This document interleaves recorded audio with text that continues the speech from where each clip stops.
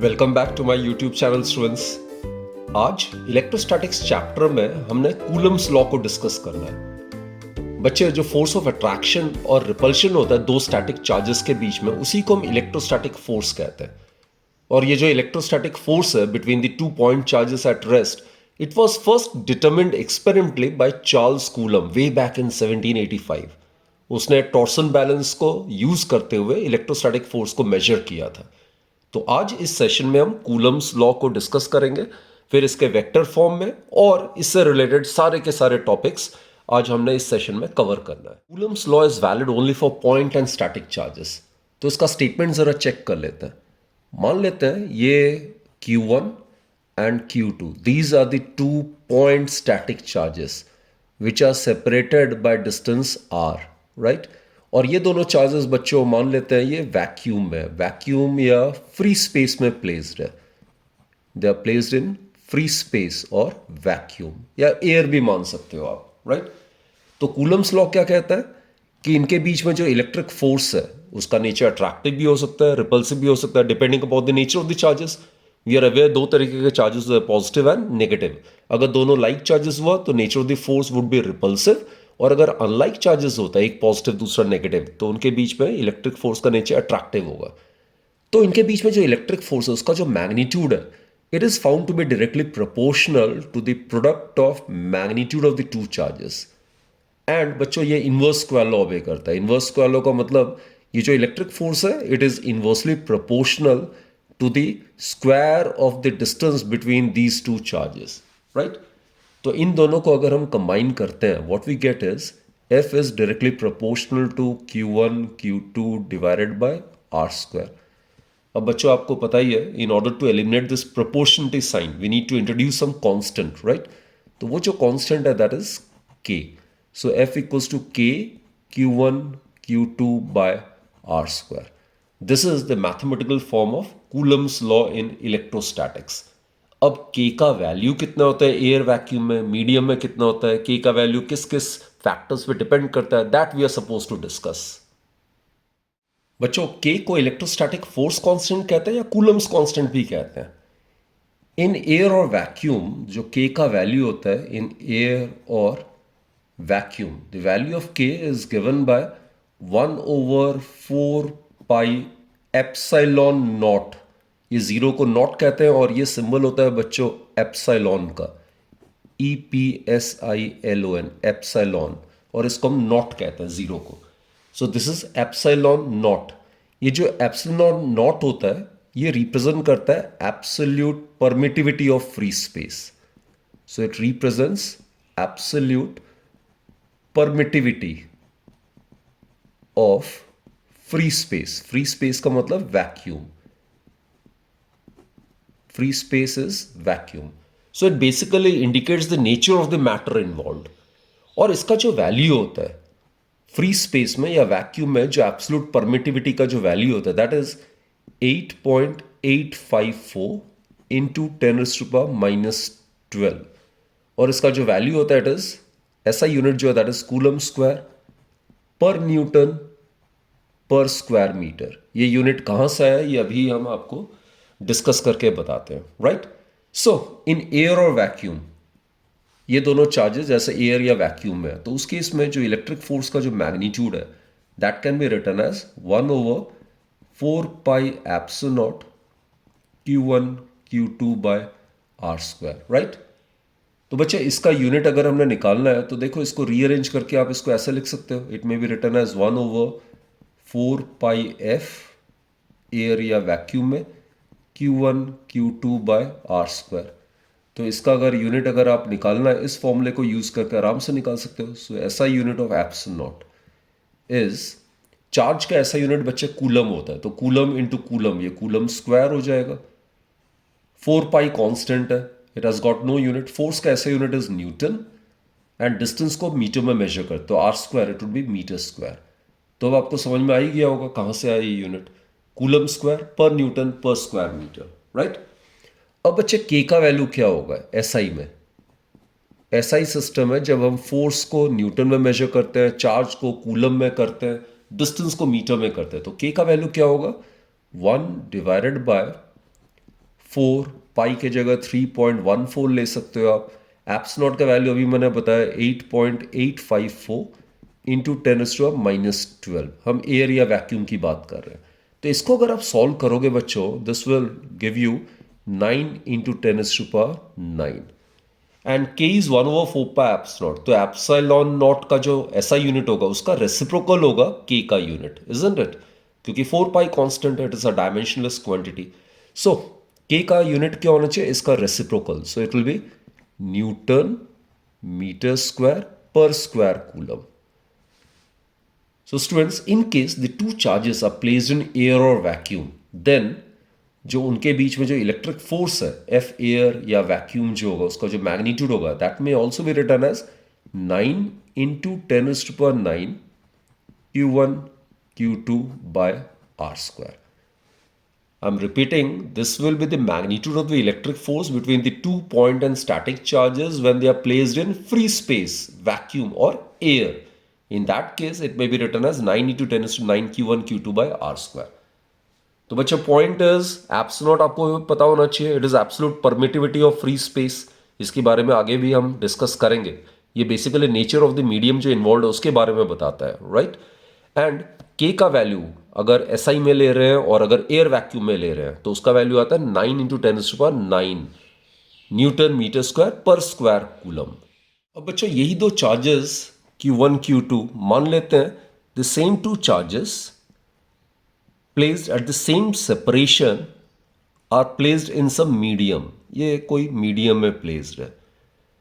तो मीडियम के केस में जब प्लेस्ड होगा तो उसमें k का वैल्यू मीडियम के केस में it would be equal to 1/4 pi epsilon आएगा। नॉट जो होता है एप्सिलॉन नॉट किसके लिए यूज करते हैं? एयर या वैक्यूम के लिए। इसका वैल्यू मिनिमम है एयर या वैक्यूम के लिए।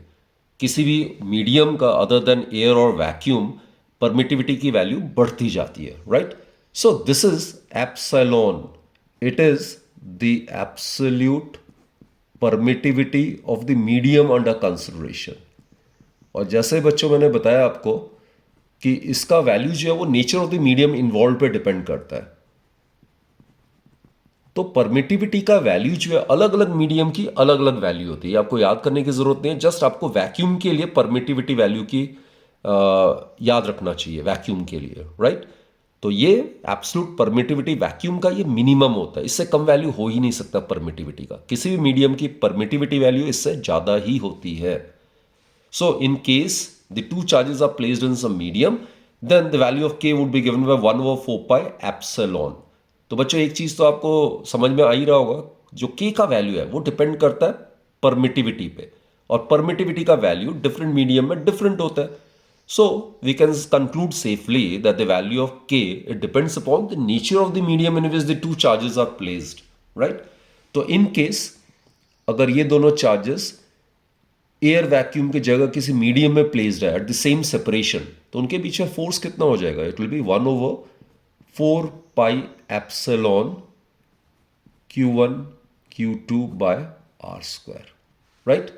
तो इसमें आप 9 इंटू 10⁻9 यूज नहीं कर सकते हो। This value is valid only in case of air और vacuum. In case of medium it will be 1/4 pi epsilon Q1 Q2 by R square. तो बच्चों इससे एक चीज और भी हम कंक्लूड कर सकते हैं, जो इलेक्ट्रिक फोर्स होता है दो पॉइंट स्टैटिक चार्जेस के बीच में, that does depend upon the nature of the medium in which the two charges are placed। अगर दो चार्जेस के बीच में जो मीडियम है उसको अगर हम चेंज करते हैं तो उनके बीच में जो इलेक्ट्रिक फोर्स का मैग्नीट्यूड है that will also get changed. Vacuum के केस में एप्सिलॉन का वैल्यू मिनिमम होता है। एप्सिलॉन का वैल्यू अगर मिनिमम होता है तो के का वैल्यू मैक्सिमम होता है एयर वैक्यूम के केस में। के का वैल्यू अगर मैक्सिमम है तो F air vacuum would be maximum. So what I mean to say is that किसी भी दो पॉइंट स्टैटिक चार्जेस के बीच में इलेक्ट्रिक फोर्स का मैग्नीट्यूड मैक्सिमम कब होगा? When they are placed in air और vacuum. The same two charges are the same separation when placed in some medium, then the magnitude of the electric force between them tends to decrease. So now we are supposed to discuss the definition of the SI unit of charge. We are aware that the SI unit of charge is coulomb. अब हमने बच्चों coulomb को define करना है। अब electric force जो है दो पॉइंट स्टैटिक चार्जेस के बीच में जब वो वैक्यूम में है, then the formula is 1/4 pi epsilon not Q1 Q2 by R square. अब बच्चे इसको हम ऐसे भी लिख सकते हैं, वैक्यूम के केस में ये जो 1/4 पाई एप्सिलॉन जो K है, कांस्टेंट ऑफ प्रोपोर्शनलिटी, इसका वैल्यू होता है वैक्यूम में 9 × 10⁹ in SI, right? So it may also be written in this particular manner. अब हमें 1 कूलम चार्ज को डिफाइन करना है। So what to do is, let us consider both the charges under consideration to be of equal magnitude. Say Q1 equals to Q2 is equal to Q, say. And they are separated at a distance of 1 meter and placed in air or vacuum, right? And if F vacuum is 9 × 10⁹ Newton, then ये values अगर आप यहां पे substitute करोगे तो देखो क्या आता है। एफ वैक्यूम के जो 9 × 10⁹, Q1 Q2 दोनों Q के इक्वल है, so it will become Q square divided by R square, यानी कि 1 square. So 9 × 10⁹, 9 × 10⁹ get cancelled, so will be left with Q square is equal to 1, which implies that Q is equal to ±1 coulomb, right? तो बच्चों यहां से हम ये 1 coulomb को define कर सकते हैं। तो 1 कूलम क्या होगा? 1 coulomb may be defined as that charge which repels an equal and similar charge placed at a distance of 1 meter from it in vacuum with a force of 9 × 10⁹ Newton. So that is how 1 coulomb is defined. इसमें एक चीज और ध्यान देने वाली बात है, अगर ये दो इक्वल एंड सिमिलर चार्जेस है तो उनके बीच में जो इलेक्ट्रिक फोर्स होगा that will B of repulsive nature, right? तो अगर हम इक्वल एंड ऑपोजिट चार्ज ले रहे हैं तो उस पर इलेक्ट्रिक फोर्स का नेचर क्या होगा? अट्रैक्टिव होगा। तो एक बार मैं दोबारा से डिफाइन कर देता हूं। 1 coulomb may be defined as that charge which will attract an equal and opposite charge placed at a distance of 1 meter from it in vacuum with a force of 9 × 10⁹ Newton, right? So this is how 1 coulomb, which is the SI unit of charge, may be defined, right? There are some other units of charge as well. We will discuss those units. CGS system में charge के दो units होते हैं। One is the electrostatic unit, इसको हम ESU कहते हैं, electrostatic unit, and the other one is the electromagnetic unit, इसको हम EMU से डिनोट करते हैं। तो बच्चे electrostatic CGS unit of charge जो होता है that is stat coulomb, it is stat coulomb. तो इसको हम ऐसे लिख सकते हैं शॉर्ट में, stat and this is coulomb. While the electromagnetic CGS unit of charge is ab coulomb, which is represented as AB, ab coulomb. So in short, it may be represented as like this. Now the relationship between SI and CGS unit is, just do remember this relationship. 1 coulomb is 3 × 10⁹ stat coulomb, right? And 1 coulomb is equal to 1/10 ab coulomb. So that's the relationship between the SI and the CGS unit of charge. यहाँ पे एक और बात बतानी जरूरी है, जो 1 coulomb होता है it's a very very large amount of charge. आप इसको ऐसे समझ सकते हैं कि दो चार्जेस जो कि 1 कूलम ईच है और 1 मीटर के सेपरेशन पे एयर वैक्यूम है, तो वो एक दूसरे पे 9 × 10⁹ न्यूटन का फोर्स एक्सर्ट कर रहा है। और 9 × 10⁹ न्यूटन फोर्स कितना होता है? इट इज रफली equal to the weight of 130 lakh people on earth. तो 130 लाख लोगों का जो भार है अर्थ पे, उसके इक्विवेलेंट 1 कूलम ऑफ चार्ज जो है, दो जो कि सेपरेटेड है बाय डिस्टेंस ऑफ 1 मीटर, एक दूसरे पे इतना ज्यादा फोर्स एक्सर्ट करेगा। So what I mean to say is that 1 coulomb is a very very large unit of charge. तो नॉर्मली हम बच्चे ये माइक्रो कूलम या मिली कूलम हम यूज करते हैं। So 1 millicoulomb is it's a smaller unit, it is 10⁻³ coulomb. Then we normally make use of microcoulomb, इसको हम ऐसे लिखते हैं, micro is 10⁻⁶ coulomb. And then कई बार हम नैनो कूलम भी यूज करते हैं, 1 nano coulomb, it is 10⁻⁹ coulomb. और उससे भी कम जो यूनिट है वो होता है पीको कूलम, जिसको माइक्रो कूलम कहते हैं, and 1 pico coulomb is 10⁻⁻12 coulomb, right? Now, students, let's discuss the factors on which the value of small k depends. Small k is the electrostatic force constant, or it is also known as the Coulomb's constant. तो बच्चों, जैसा हमने discuss किया था, k का value depend करता है nature of the medium में in which the 2 point static charges are placed. अगर दो चार्जेस अगर एयर या वैक्यूम में प्लेस्ड है तो k का वैल्यू जो है एयर या वैक्यूम में, it's value is given bye 9 into 10⁻⁹ और ये कहां से आया? यहां से आया 1/4 पाई एप्स नॉट से, right? But in case the two charges are placed in some medium, तो उस केस में k का वैल्यू चेंज हो जाता है. Here it will be given by 1/4 pi epsilon. ये मैंने बताया था, जो absolute permittivity of the medium है, डिफरेंट मीडियम्स के लिए इसकी वैल्यू डिफरेंट है. Permittivity, absolute permittivity of air और वैक्यूम, वो कांस्टेंट वैल्यू है 8.854 इंटू 10⁻⁻12, जो कि एयर वैक्यूम के लिए मिनिमम है, तो उसके लिए k का वैल्यू मैक्सिमम हो जाएगा, राइट? तो k का वैल्यू बच्चों डिफरेंट मीडियम्स में डिफरेंट होगा. तो पहला फैक्टर जो k डिपेंड करता है वो ये कि जो दो स्टैटिक पॉइंट चार्जेस हैं जिस मीडियम में प्लेस है, उस मीडियम का नेचर क्या है, उस पर डिपेंड करता है, राइट?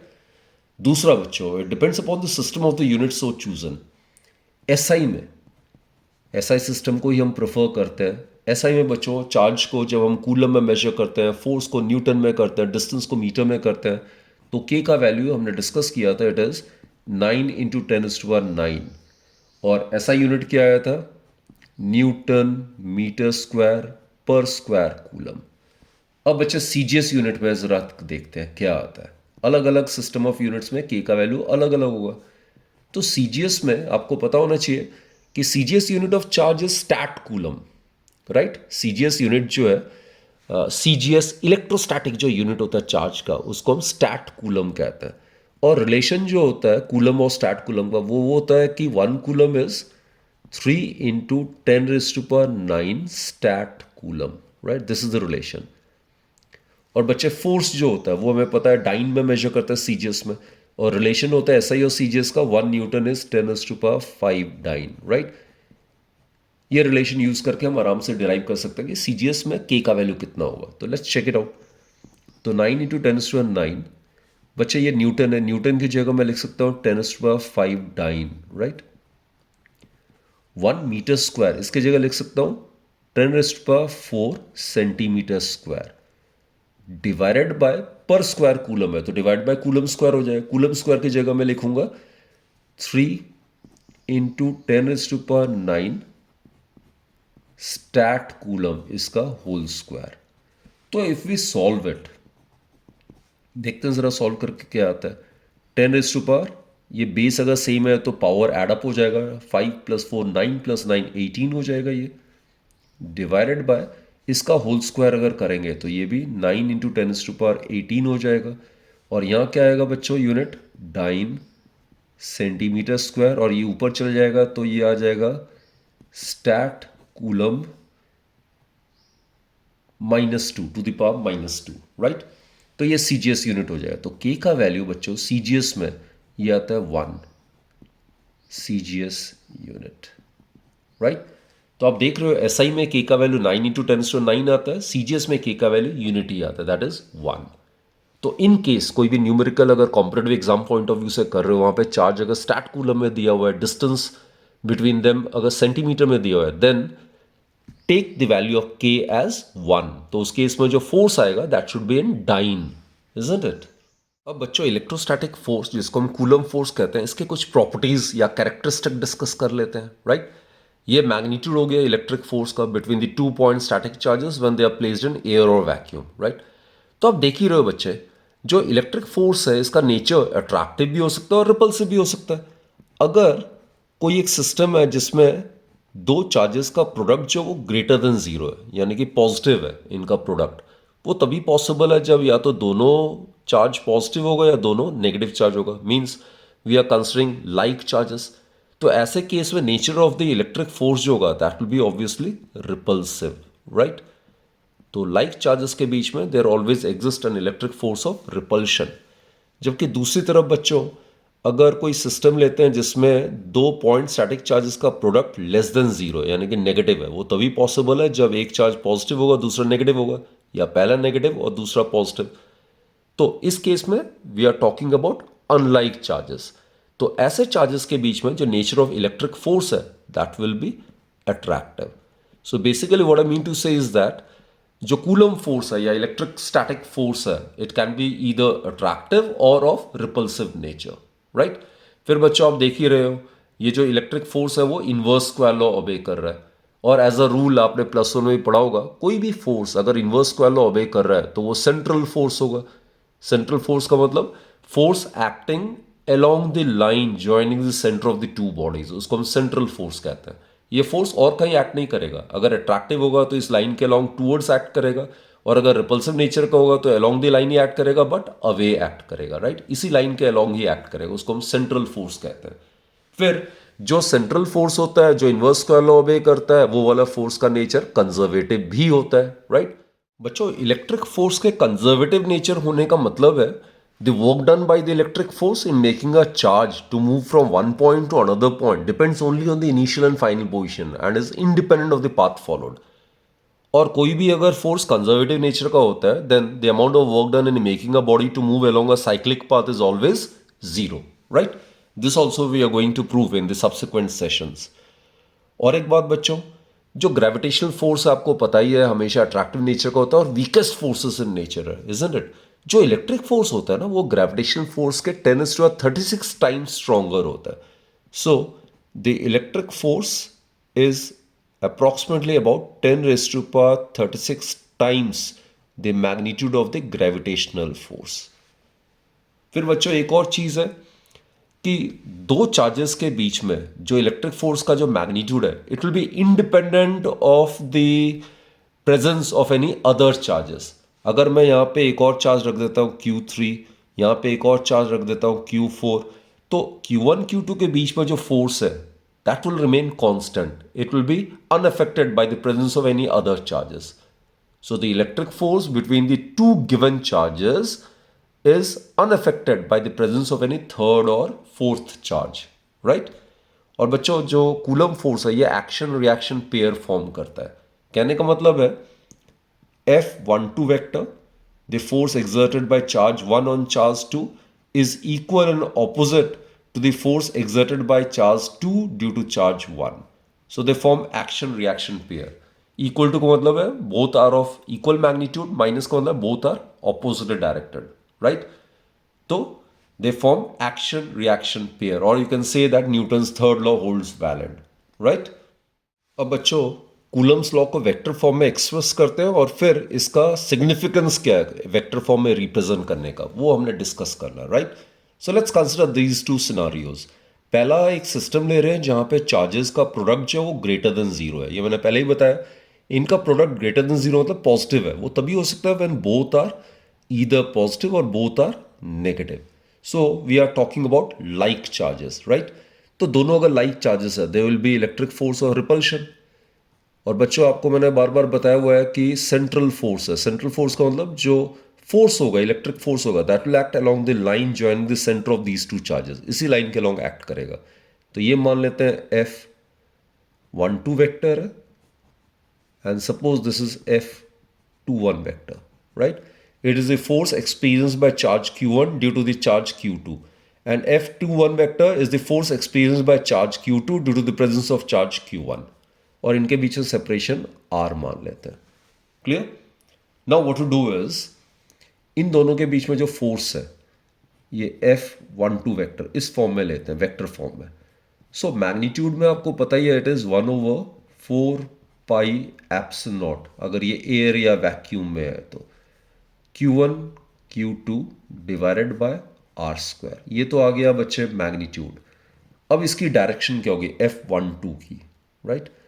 इसकी डायरेक्शन ये है, तो इसको मैं R12 से मेजर करूंगा। This is the unit vector. और अगर मैं डिस्टेंस 2 से 1 तक मेजर कर रहा हूं तो it has to be measured along this direction. तो देखो F12 की डायरेक्शन जो है वो लेफ्ट की तरफ है, तो इसकी डायरेक्शन कौन इंडिकेट कर रहा है? R21 cap, right. And you are aware बच्चे, यूनिट वेक्टर जो होता है it is given by vector divided by its magnitude. Magnitude तो R ही रहेगा, whether you measure from 1 to 2 और 2 to 1, it will be R only. So you can write it like this: F12 vector, it would be equal to 1 over 4 pi epsilon naught Q1 Q2 divided bye, ये unit vector को vector divide by its magnitude करते हो तो यहाँ R square है, ये R भी आ जाएगा तो R क्यूब हो जाएगा, और यहाँ पर हो जाएगा R21 vector, right. Put this as equation number 1. Similarly बच्चों, what we can do is you can write the expression for F21 vector. Again magnitude तो सेम ही होगा, magnitude is 1 over 4 pi epsilon naught Q1 Q2 over R square. That's the magnitude of the Coulomb force, right? अब इसकी direction क्या F21 vector की? Towards right, right की तरफ कौन सा यूनिट वेक्टर रिप्रेजेंट कर रहा है? R12 cap. ये वाला पार्ट मैग्नीट्यूड हो गया और ये डायरेक्शन हो गया, राइट। एंड R12 कैप को हम कैसे लिख सकते हैं? Unit vector is a vector divided by its magnitude. So substituting this value over here, what we get is, ये आ जाएगा 1 over 4 pi epsilon naught Q1 Q2 divided bye R12 cap का वैल्यू यहां से सब्स्टिट्यूट करो तो ये R cube हो जाएगा and this will be R12 vector. अब बच्चे R21 वेक्टर और R12 वेक्टर में क्या रिलेशन है? We are aware that R21 vector is equal to minus R12 vector. Both are of equal magnitude, but फर्क क्या है? दोनों की डायरेक्शन ऑफ मेजरमेंट अलग है. R21 वेक्टर को मेजर करें 2 से 1 और R12 वेक्टर को मेजर करें 1 से 2. तो ये तीनों को अगर हम यूज करते हैं, देखो ये जो मैग्नीट्यूड पार्ट है ये सेम है. So from 1, 2 and 3 what do we get? R21 vector is equal to minus R12 vector, isn't it? So using 1, 2 and 3, what we get is from 1, 2 and 3, we can safely conclude that F12 vector is equal to minus F21 vector. So what we have discussed is these two forces are equal in magnitude and opposite directed. Means ये दोनों charges एक दूसरे पे equal and opposite force exert कर रहा है. Minus का sign ये भी हमने कर लिया कि one vector is the negative of the other vector. Means दोनों के बीच एंगल कितना 180 डिग्री है. तो इससे हमने ये भी प्रूव कर लिया कि Coulomb force indeed is a central force. It always acts along the line joining the two charges, right? And it forms action-reaction pair. तो इसकी बात करें तो सेम यही चीज रहेगा. इसमें एक सिस्टम लिया जिसमें दो चार्जेस का प्रोडक्ट नेगेटिव है, यानी कि तभी हो सकता है when we are considering unlike charges. तो एक नेगेटिव चार्ज होगा और दूसरा पॉजिटिव चार्ज होगा, right. So there must be electric force of attraction. तो इस तरीके से होगा. This is it. ये मान लेते हैं F12. 12 का मतलब force experience by charge Q1 due to the presence of charge Q2, और ये एक्सपीरियंस करेगा इतना force F21. It is the force experienced by charge Q2 due to the presence of charge Q1, right? तो इनके बीच में जो distance है वो R मान रहे हैं and it is in air और वैक्यूम. और बच्चों अगर 1 to 2 अगर डिस्टेंस मान रहे हैं तो इसको R12 कैप ले सकते हैं हम. और अगर 2 से 1 अगर डिस्टेंस मेजर कर रहे हैं तो इसको R21 कैप ले सकते हैं, राइट. ये डायरेक्शन को रिप्रेजेंट कर रहा है कि ये डिस्टेंस हम कहां से कहां मेजर करें, 1 to 2 या 2 से 1. तो सिमिलरली अगर ऐसे ही अगर प्रोसीड करोगे you should get the same result. तो बच्चों इसमें फर्क क्या होगा? सिर्फ F12 वेक्टर, इसकी डायरेक्शन जो है 1 to 2 है, तो उस डायरेक्शन को रिप्रेजेंट कर रहा है R12 कैप, तो इसके साथ R12 कैप आएगा. और जैसे मैंने कहा है unit vector is the vector divided by its magnitude. तो सिमिलरली आप F21 वेक्टर के लिए कर सकते हो. F21 वेक्टर की डायरेक्शन क्या है? 2 to 1, और उसकी डायरेक्शन को रिप्रेजेंट कर रहा है R21 कैप, तो इसके साथ ये वाली डायरेक्शन एसोसिएटेड है. ऑल्सो R12 वेक्टर और R21 वेक्टर में रिलेशनशिप क्या है? R21 vector is equal to negative of R21 vector. तो ये 1 डैश 2 डैश और 3 डैश को अगर कंसिडर करते हैं और अगर आप चेक करते हो, so we can safely conclude that F12 vector is equal to minus F21 vector. So whether बच्चों यू कंसिडर लाइक चार्जेस और अनलाइक चार्जेस, जो फोर्स है Coulomb फोर्स है दोनों charges they will exert equal and opposite forces upon each other. That is, the Coulomb force forms action reaction pair. तो बच्चों, writing Coulomb's law in vector form has got two significance. First is, as I've told you, Coulomb force or electrostatic force, it forms action reaction pair. What I mean to say is that both the charges, they exert upon each other equal and opposite force, right? To each and every action there exists always an equal and opposite reaction. So that's Newton's third law. And secondly बच्चे, ये negative sign क्या indicate करता है कि इन दोनों forces के बीच में एंगल कितना है, 180 डिग्री, लीनियर पेयर है. What I mean to say is that coulomb force हमेशा कहाँ एक्ट करता है, always it acts along the line joining the 2 point static charges, उसी लाइन के अलोंग एक्ट करेगा. और जब कोई फोर्स दो बॉडीज के सेंटर के बीच में जो लाइन ज्वाइन होता है उसी के अलोंग एक्ट करता है तो उसको हम सेंट्रल फोर्स कहते हैं. So coulomb force, that is the electrostatic force, is of central nature. It is a central force. Now students, let's discuss the Coulomb force between the multiple charges. बच्चों, ये system है, इसमें ढेर सारे charges है, point static charges, Q0, Q1, Q2, Q3, Q4, Qi और Qn. तो n point static charges हमने कंसिडर किया इस सिस्टम में. और हमने क्या निकालना है, ये जो Q0 चार्ज है, यहां पे हमने नेट कूलम फोर्स निकालना है due to presence of all the other charges. तो हमने जस्ट फॉर कन्वीनियंस हमने मान लिया कि ये सारे के सारे लाइक चार्जेस है, तो they will exist electric force और repulsion amongst these charges, right. तो सबसे पहले Q0 Q1 की बात करते हैं. लाइक चार्जेस है तो Q0 will experience a repulsive force along this direction. इसको मैंने F01 से इंडिकेट किया हुआ है, राइट. ये भी उतना ही फोर्स एक्सपीरियंस करेगा in the opposite direction, but वो मैंने शो नहीं किया यहाँ पे, because my intention is to determine the net force experience by charge Q0. जिस चार्ज पे नेट फोर्स हमने निकालना है वहीं पे आपने वेक्टर डायग्राम बनाना है, राइट. तो Q2 चार्ज की वजह से बच्चे Q0 charge it will experience a force along this direction, क्योंकि अगेन सारे के सारे सेम चार्ज सेम नेचर का हमने लिया हुआ है, तो nature of force would B repulsive. तो Q4 के कारण it will experience a force along this direction.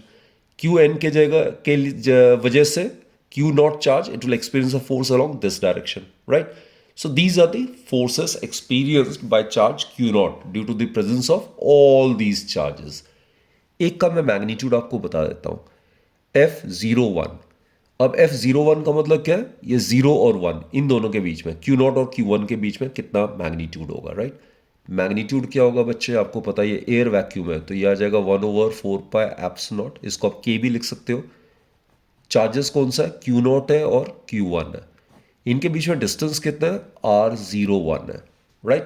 तो ये तो हो गया magnitude, right. This is the magnitude. अगर मैं इसको वेक्टर फॉर्म में लिखूं तो यहां पे डायरेक्शन देना भी जरूरी है. अब F01 वेक्टर इसकी डायरेक्शन का है, इस तरफ है.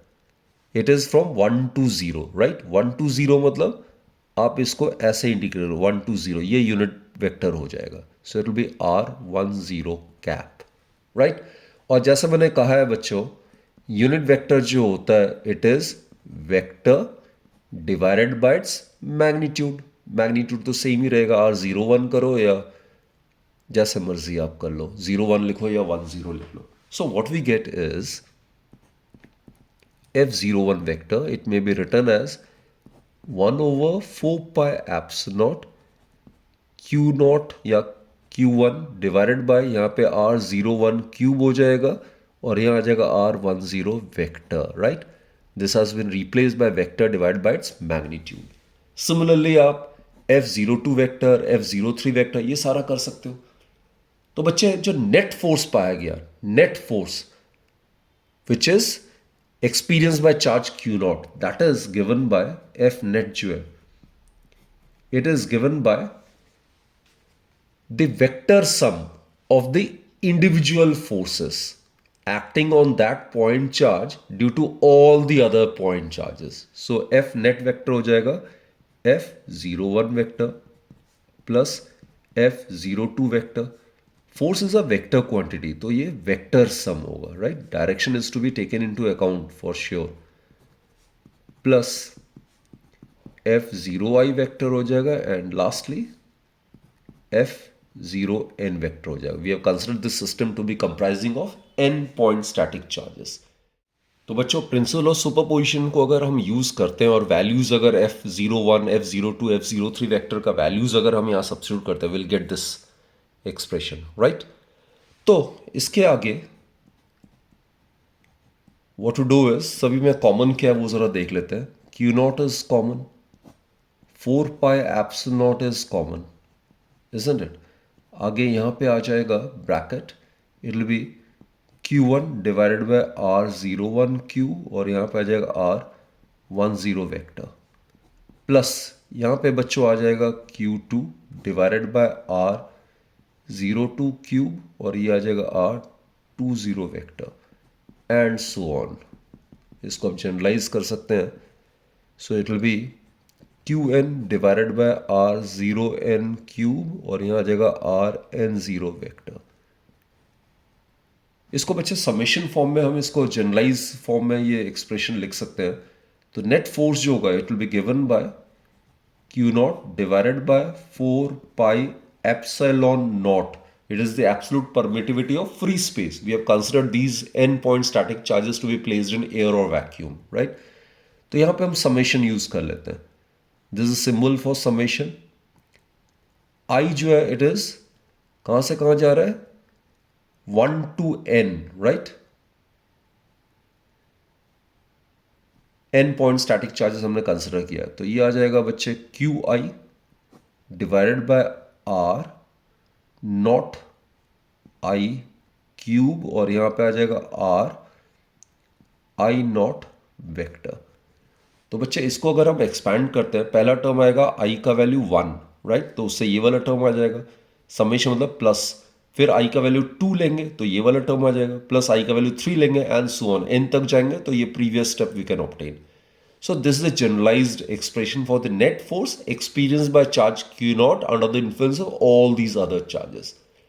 और बच्चे प्रिंसिपल सुपरपोजिशन ये भी बताता है कि कोई भी दो चार्जेस के बीच में, दो गिवन चार्जेस के बीच में जो फोर्स है, it is unaffected by the presence of any other charges. तो बच्चों by using the principle of superposition we can apply Coulomb's law to any collection of point charges, right? ये numericals वगैरह solve करने के लिए भी हम यही प्रिंसिपल सुपरपोजिशन ही हमने यूज करना है। Now students, let us discuss the concept of dielectric constant which is also known as relative permittivity, right?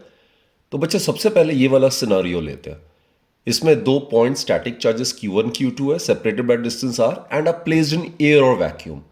तो इस केस में जो इलेक्ट्रिक फोर्स होगा इन दोनों चार्जेस के बीच में, एयर या वैक्यूम है, that would be given by 1/4 pi epsilon not Q1 Q2 by R square. Let us substitute this as equation number 1। और बच्चों epsilon not it is the absolute permittivity of free space और vacuum, right. जबकि यही दो charges same separation में अगर किसी medium में अगर प्लेस्ड है तो उनके बीच में जो इलेक्ट्रिक फोर्स की मैग्नीट्यूड है वो डिक्रीज हो जाती है, और क्या रह जाएगा यहाँ पे, F medium would be given by 1/4 pi epsilon. Epsilon होता है absolute permittivity of this medium, right, and rest the factors will remain same, Q1 Q2 over R square. अब बच्चों इन दोनों को अगर हम डिवाइड करते हैं, फर्स्ट डिवाइड बाय सेकंड अगर हम करते हैं, then what we get is first divided by second. So F vacuum divided by F medium. तो अगर हम डिवाइड करते हैं Q1 Q2 by R square, ये दोनों कॉमन है, so what we get is epsilon divided by epsilon naught, right. इन दोनों को डिवाइड करके we will be left with epsilon divided by epsilon naught. और बच्चों यही जो रेशियो है इसी को हम dielectric constant of the medium कहते हैं। इसको हम कैपिटल लेटर K से डिनोट करते हैं, and the dielectric constant of this medium which we have denoted by capital letter K is also known as relative permittivity. अब परमिटिविटी को तो हम एप्सिलॉन से डिनोट करते हैं, अब रिलेटिव है तो epsilon R, this is relative permittivity. तो बच्चों डाइलेक्ट्रिक कांस्टेंट जो है it is defined as the ratio of the absolute permittivity of the medium to the absolute permittivity of free space, right. The dielectric constant of a medium may also be defined as the ratio of the magnitude of the electric force between the two charges when placed in air or vacuum to the magnitude between the same two charges when the charges are placed in the medium, right? और चीज बच्चों, जो ये relative permittivity है या dielectric constant of the medium है, it is the ratio of two similar physical quantities, isn't it? So it is a dimensionless quantity. इसकी कोई ऐसा यूनिट, कोई यूनिट होगी ही नहीं, because it is the ratio of two similar physical quantities. तो बच्चा यहां से what we get is F vacuum, it would be equal to K times F medium. अब जरा आप समझो K का वैल्यू, ये आपको याद होगा, मैंने आपको बताया था जो एब्सोल्यूट परमिटिविटी है फ्री स्पेस का, इसका मिनिमम वैल्यू होता है. जो एप्सिलॉन होता है इसका वैल्यू होता है 8.854 इंटू 10⁻⁻12. ये वैक्यूम के केस में परमिटिविटी का वैल्यू मिनिमम होता है. यूनिट्स आपको पता होगा, कूलम स्क्वायर पर न्यूटन पर स्क्वायर मीटर, राइट? तो कहने का मतलब किसी भी मीडियम की जो परमिटिविटी है वो वैक्यूम के परमिटिविटी से हमेशा ज्यादा होती है. That is, for any medium the absolute permittivity is greater than the absolute permittivity of free space और वैक्यूम. तो बच्चों एप्सिलॉन ओवर एप्सिलॉन का वैल्यू ग्रेटर देन 1 होगा. तो for any medium the value of dielectric constant is always greater than 1. किसी भी medium के लिए डाइलेक्ट्रिक कांस्टेंट की वैल्यू हमेशा ग्रेटर देन 1 होगी. And since k is greater than 1, therefore F vacuum would be greater than F medium. It's a very very important result. तो बच्चों point to be noted is that दो point static charges के बीच में जो electrostatic force है उसका magnitude maximum कहां पे होगा? जब वे चार्जेस एयर या वैक्यूम या फ्री स्पेस में प्लेस्ड होगा. कभी भी उन दोनों चार्जेस को अगर सेम सेपरेशन किसी मीडियम में अगर प्लेस करते हैं तो उनके बीच में जो इलेक्ट्रोस्टैटिक फोर्स है उसकी मैग्नीट्यूड रिड्यूस हो जाएगी, right? So the magnitude of the electrostatic force between the two charges when placed in air और वैक्यूम इज मैक्सिमम. तो बच्चों ये कुछ मीडियम के मैंने k का वैल्यू, डाइलेक्ट्रिक कांस्टेंट का वैल्यू मैंने यहां पे लिखा हुआ है. वैक्यूम एयर के केस में 1 ही होता है. एयर का 1.0059 है which is approximately equal to 1, इसलिए मैंने एयर और वैक्यूम लिखा है, राइट? वाटर का लगभग 80 होता है. एंड फॉर मेटल्स बच्चों the dielectric constant is infinity. This also will discuss in the subsequent session. अब पानी में 80 होता है. इसका मतलब जो मैग्नीट्यूड है किन्हीं भी दो चार्जेस का placed in water, right? So that would be equal to vacuum में जितना इलेक्ट्रोस्टैटिक फोर्स का मैग्नीट्यूड है उसका 1/80 टाइम्स हो जाएगा. इसका मतलब इतना रिड्यूस हो जाएगा, राइट? सो किसी भी मीडियम में electrostatic force between the two charges gate reduced. And also one more thing बच्चों, एफ मीडियम के केस में हम ऐसे भी लिख सकते हैं लाइक दिस. ये वाले स्टेटमेंट को मैं यूज कर रहा हूं, 1/4 एप्सिलॉन. एप्सिलॉन की जगह हम लिख सकते हैं k into epsilon, right? Epsilon की जगह हम लिख सकते हैं k इंटू एप्सिलॉन, या हम लिख सकते हैं epsilon r into epsilon. Relative permittivity या डाइलेक्ट्रिक कांस्टेंट, और ये कैपिटल लेटर k से डिनोट करते हैं. So here we can write it as k, this is capital K, epsilon not Q1 Q2 by R square. अब बच्चों अगर ये मीडियम अगर वैक्यूम है तो k का वैल्यू 1 हो जाएगा. k का वैल्यू 1 हो जाएगा, will get this expression. Air के केस में भी k का वैल्यू 1 ही है, तो इस केस में भी will get the same expression. For water here the value of k is to be substituted as 80. तो वैक्यूम के कंपैरेटिवली 1/80 टाइम्स रह जाएगा electrostatic force when the two charges are placed in water, right? तो बच्चे ये जरूर आप ध्यान देना कि डाइलेक्ट्रिक कांस्टेंट जो है किसी भी मीडियम का क्या होता है, greater than 1. For air vacuum it is considered to be 1, for other medium it is always greater than 1.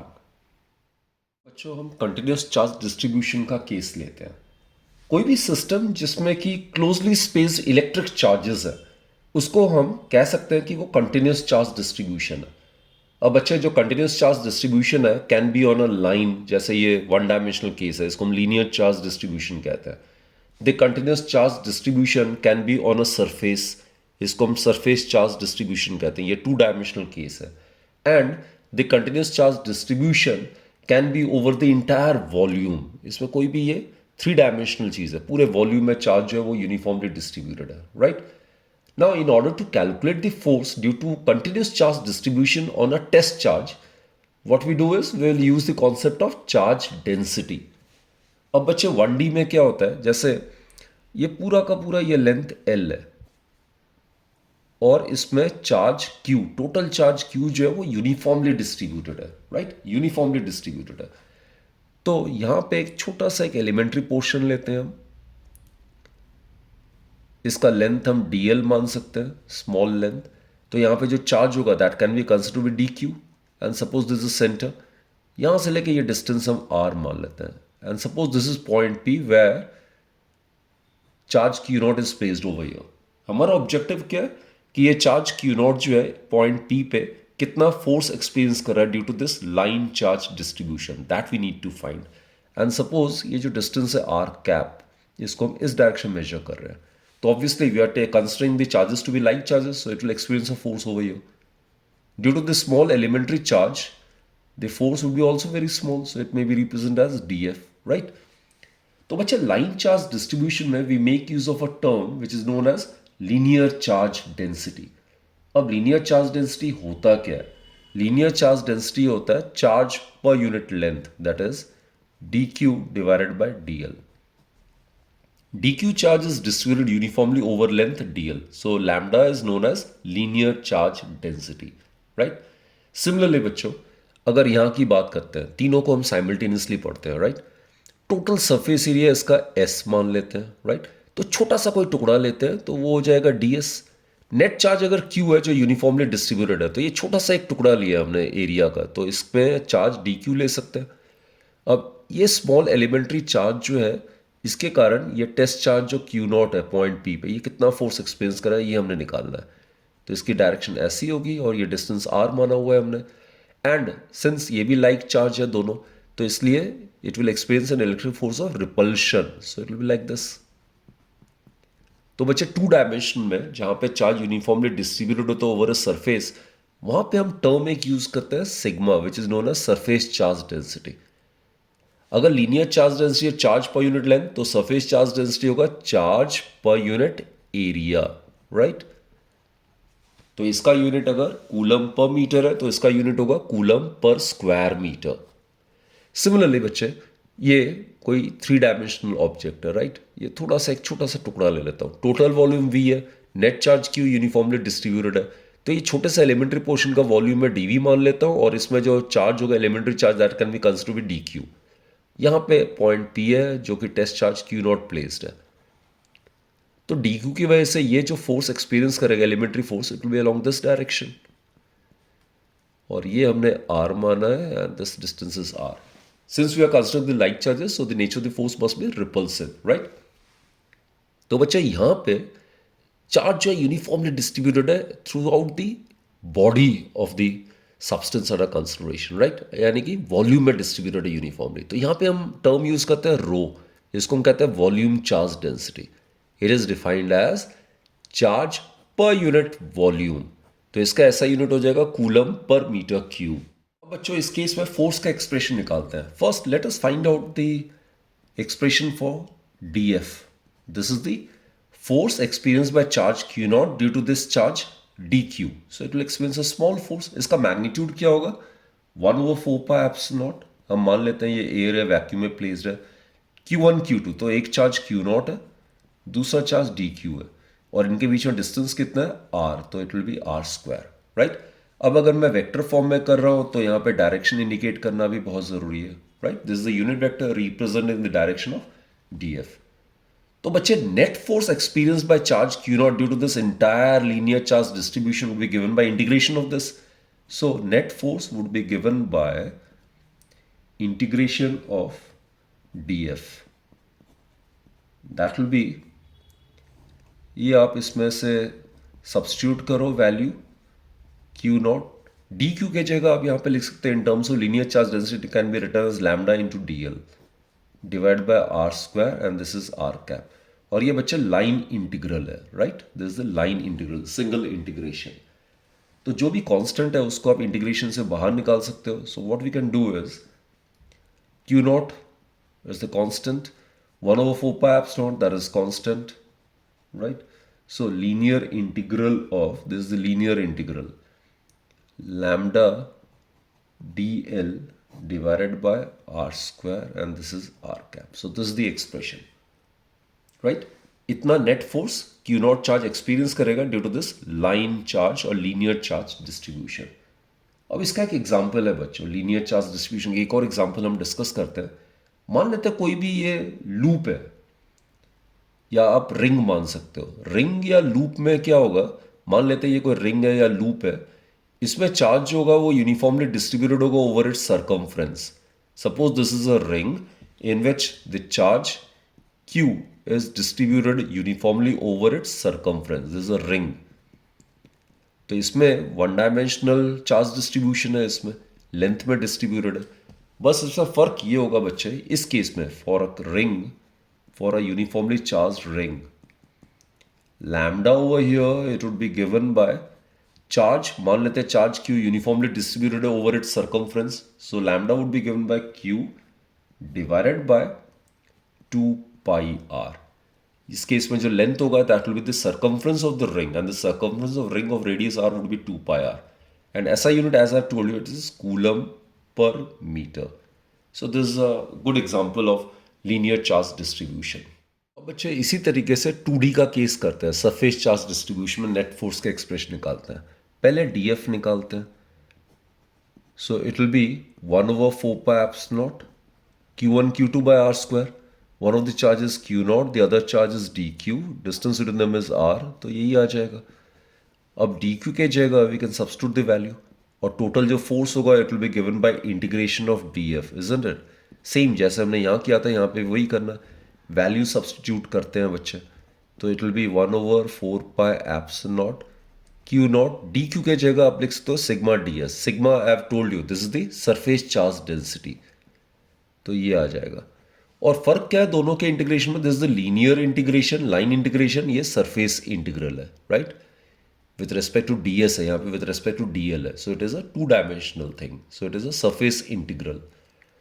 तो जो कांस्टेंट है उसको हम बाहर ले सकते हैं. So it can be written as Q not divided by 4 pi epsilon not surface integral of sigma ds divided by r square r cap. So this will be the expression, right? कोई फर्क नहीं है इसमें, just line integral, इसमें surface integral, इसमें linear charge density, इसमें surface charge density, nothing else. इसका भी एक एग्जांपल लेते हैं. एग्जांपल है बच्चे for a uniformly charge spherical shell. Spherical shell का मतलब है हॉलो स्फीयर. अब बच्चे मान लेते हैं ये हॉलो स्फीयर है. Suppose this a hollow. Hollow sphere में जो चार्ज होगा वो यूनिफॉर्मली डिस्ट्रीब्यूटेड होगा ओवर इट्स सरफेस, राइट? ये अंदर से तो खोखला है, अंदर से हॉलो है, इसका रेडियस r मान लेते हैं. तो इसमें चार्ज होगा उसमें डिस्ट्रीब्यूटेड होगा उसके सरफेस में. तो ये वाला 2D केस है. जब सरफेस में चार्ज डिस्ट्रीब्यूटेड होगा वो सरफेस चार्ज डिस्ट्रीब्यूशन होगा. तो इसमें बच्चों जो सिग्मा होगा विच is the surface charge density, it will be given by charge per unit area, and surface area of a spherical shell of radius r is 4 pi r square. और ऐसा unit क्या होगा, चार्ज कूलम और divided by area, तो पर square metre, right? Lastly बच्चे 3D का case हम करते हैं जहां पे charge uniformly distributed over a volume, right? तो यहाँ पे df जो होगा it will be given by, df क्या है, small force experience by charge q not due to this elementary charge dq. So that would be 1/4 pi epsilon not Q not dq by r square. और ये r cap ये direction of df को represent कर रहा है. So total force बच्चे हो जाएगा इंटीग्रेशन ऑफ दिस. अब इसमें आपने ये ध्यान रखना है ये 3D केस है तो ये वॉल्यूम इंटीग्रल हो जाएगा, right? This is the volume integral. So बाकी यहाँ पे dq के जगह वैल्यू सब्स्टिट्यूट करो. ये रहा dq के जगह आप लिख सकते हो rho into dv. Rho is the volume charge density, which is charge per unit volume, right? So last step में Q naught over 4 pi epsilon that can be taken outside the integration, and this is the volume integral of rho dv divided by r square r cap. तो बच्चे फर्क देखो, यहाँ पे lambda dl, यहाँ पे sigma ds, यहाँ पे रो dv. Line integral, surface integral and this volume integral, nothing else. अब इसमें भी एक एग्जांपल मैं आपको देता हूँ. for a solid sphere, uniformly charged solid sphere. अब ये सॉलिड स्फीयर है, ये 3D ऑब्जेक्ट है, इसमें चार्ज यूनिफॉर्मली डिस्ट्रीब्यूटेड होगा through out its volume, right. Sphere का रेडियस r मान लेते हैं, तो 3D में चार्ज होगा पूरे बॉडी के वॉल्यूम में यूनिफॉर्मली डिस्ट्रीब्यूटेड है, तो ये चार्ज Q है। तो यहाँ पे बच्चों जब 3D का केस होता है, यानी कि चार्ज यूनिफॉर्मली डिस्ट्रीब्यूटेड होता है थ्रू आउट इट्स वॉल्यूम, तो वहाँ पे हम टर्म यूज करते हैं rho, which is the volume charge density. It is the charge per unit volume, and volume of a sphere of radius r would be 4 by 3 pi r cube, right? तो बच्चों this was regarding the system of closely spaced electric charges, and it forms continuous charge distribution, either one dimensional, which we call as linear charge distribution, two dimensional in which the charge is distributed uniformly over an area, which is known as surface charge distribution, and three dimensional mein charge is uniformly distributed over a volume, which we call as volume charge distribution, right? And do remember these terms: linear charge density, which is charge per unit length; surface charge density, which is charge per unit area; and volume charge density represented by rho, which is defined as charge per unit volume.